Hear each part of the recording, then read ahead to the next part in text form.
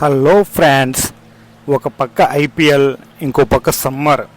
ఈ మా పక్క ఊరిలో కూడా మాకైతే టోర్నమెంట్ జరుగుతుంది. ఈ సమ్మర్లో వెదర్ మాత్రం చాలా బాగుంది. ఈరోజు మబ్బులుగా ఉంది. మా పక్క ఊరితో మ్యాచ్ ఆడడానికి అయితే మేము బయలుదేరిపోయాం. మేము అంత పెద్ద బ్యాట్స్మెన్ కాదు, బౌలర్ కాదు. కాకపోతే మా దగ్గర మాత్రం టాలెంట్ ఉంటుంది. ఏం టాలెంట్ అంటే జస్ట్ మాట్లాడడమే. ఇది మా గ్రౌండ్ అంటే మా పక్క ఊరు గ్రౌండ్. ఇక్కడ టోర్నమెంట్లు చాలా జరుగుతుంటాయి. అలాగే ఈ సమ్మర్లో కూడా పక్క ఊరులతో మ్యాచ్లు ఆడడం ఇవన్నీ మాకు ఇప్పుడు ఉండేదే. సమ్మర్ అంటే ఈ మాత్రం మాకు టోర్నమెంట్లు ఉంటాయి, ఎంజాయ్ ఉంటుంది. మేము వెళ్ళేటప్పుడు ఆల్రెడీ మ్యాచ్ స్టార్ట్ అయ్యింది, ఒకరు బ్యాటింగ్ కూడా అయిపోయింది. సో మేము చూడడానికి మాత్రం వెళ్ళాం. ఇక్కడ మాకు ఉండేది ఈ చెరువు. ఇది చాలా పెద్ద గ్రౌండ్, ఇది చాలా బాగుంటుంది. ఇక్కడ ఇదంతా మా టీము.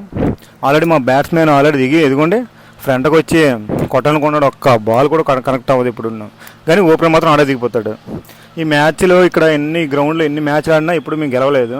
ఎందుకంటే మా ప్లేయర్ చూడండి, బ్యాట్ ఎలా తిప్పి కొట్టాడు, బాల్ మాత్రం కీపర్ చేతిలోకి వెళ్ళింది, గాలి మాత్రం మా దగ్గరికి వచ్చింది. అది మా టీము.